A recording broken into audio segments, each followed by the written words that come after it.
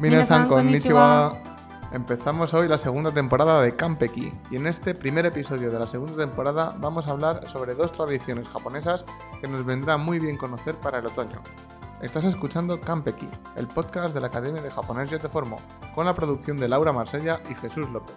Puedes suscribirte al podcast en la plataforma de podcast que prefieras, a nuestro canal de YouTube y a nuestra newsletter en nuestra página web para no perderte ninguna novedad de la academia. Y si te apetece aprender japonés desde casa, pásate por yotoformo.com y mira los cursos de japonés que tenemos disponibles. Y ahora sí, hajime mashou. Vamos a comenzar viendo qué es el Otsukimi. Jesús, cuéntanos qué es el Otsukimi. El Otsukimi es la tradición japonesa de contemplar la luna en ciertos días del otoño. Originalmente, el Otsukimi era un evento para dar gratitud por el éxito de las cosechas del otoño y para agradecer a los antepasados. Esta tradición de contemplar la luna se introdujo desde China durante el periodo Heian, que va desde el 794 hasta el 1185, donde era habitual ofrecer a la luna pasteles, sandías y otros alimentos redondos para pedir una buena cosecha.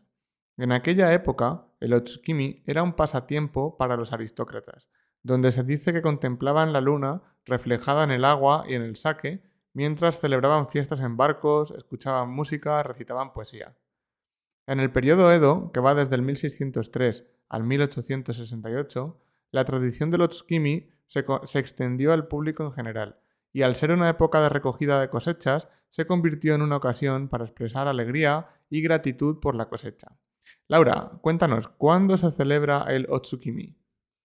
Pues tradicionalmente la contemplación de la luna, ¿vale? Porque Otsukimi, Tsuki es luna y Mi es mirar, la contemplación de la luna, tradicionalmente se hacía en la 15ª noche del 8º mes según el calendario lunar, que aproximadamente sería al final de septiembre o principios de octubre. En esta época del año se puede contemplar la luna de forma clara y brillante.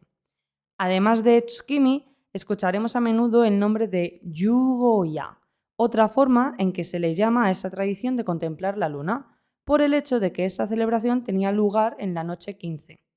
En algunas regiones de Japón también se celebra la contemplación de la luna en las noches 13ª y 10ª del calendario lunar. Jesús, cuéntanos qué se hace en el Otsukimi. En el festival del Otsukimi, para contemplar la luna, es algo bastante común preparar un Tsukimi-dai, una pequeña plataforma para utilizar como soporte en el alféizar de una ventana o en el jardín, donde poder observar la luna y donde poder exponer las ofrendas. La tradición es comer o cenar mientras se contempla la luna, y destacan especialmente algunos alimentos típicos que se preparan como ofrenda y que se comen durante la festividad, como por ejemplo el tsukimidango, que son unas pequeñas bolas hechas de mochi, las castañas, los boniatos, las verduras y las frutas de temporada, el sake o el té verde. A modo decorativo, suele prepararse un arreglo floral para la ocasión, hecho de suzuki, que es hierba de pampas, además de los tsukimidango que hemos mencionado antes. A modo de curiosidad, es muy común ver la imagen de un conejo haciendo mochi dibujada sobre la luna, ya que se dice que los cráteres de la luna forman algo parecido a la imagen del conejo moliendo la pasta de arroz del mochi. Os dejamos al final del artículo del blog un par de canciones típicas del Otsukimi llamadas Yugoya y Usagi Usagi.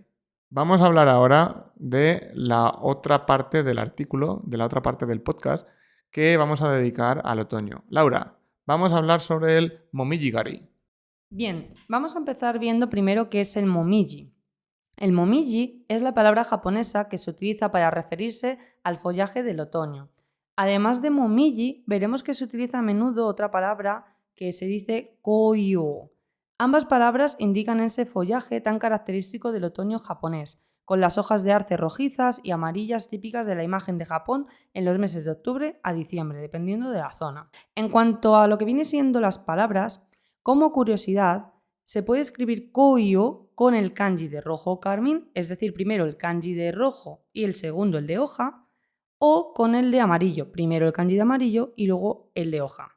Dependiendo de qué color tengan esas hojas en ese momento, utilizaremos un término u otro. Además, Momiji se utiliza para el arce, mientras que Koyo se utiliza para cualquier tipo de árbol. Otra curiosidad es que tanto Momiji como Koyo se escriben con los mismos kanjis, primero el kanji de rojo y luego el kanji de hoja.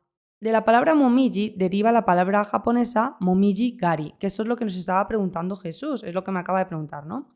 Entonces, ¿qué diferencia hay? Momiji gari básicamente es ir a ver el momiji, es ir a ver la contemplación de este paisaje tan característico del otoño japonés. Básicamente es ir a ver las hojas del otoño rojizas o amarillentas antes de que esas hojas se caigan. El acto de la contemplación de las hojas de otoño existe desde hace alrededor de 1200 años en Japón, en el periodo Nara, que va desde el año 710 hasta el año 794.